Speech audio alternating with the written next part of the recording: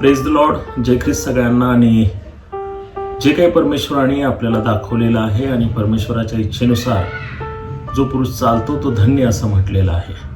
आणि आजच्या या धकाधकीच्या जगामध्ये आपण अनेक मेसेजेस ऐकतो, अनेक संदेश ऐकतो, परंतु त्या वचनावर मनन करण्याचं आपण विसरून जातो.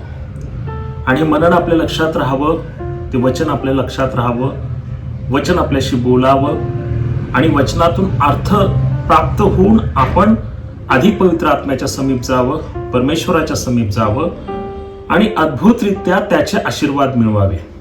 कारण आजचं जग हे गोंधळलेलं आहे आणि या गोंधळलेल्या जगामध्ये आपण अनेक गोष्टी ऐकतो, अनेक गोष्टींचं विवेचन करण्याचा प्रयत्न करतो. पण ते करत असताना घाई गडबडीमध्ये आपण स्वतःला विसरून जात आहोत की मला त्या वचनाद्वारे आशीर्वाद मिळतोय का, मी त्याच्यावर मनन चिंतन करतोय का. कारण स्तोत्रसंहिता 1 अध्याय आणि 2 वचनामध्ये खूप छान सांगितलंय की जो पुरुष परमेश्वराच्या नियमशास्त्रात रमतो, त्याच्या नियमशास्त्राचे रात्रंदिवस मनन करतो, तो धन्य आहे.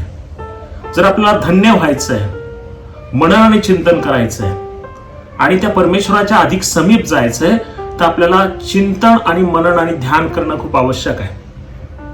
त्या वचनाचा मतितार्थ शोधणं आवश्यक आहे, ते समजून घेणं आवश्यक आहे.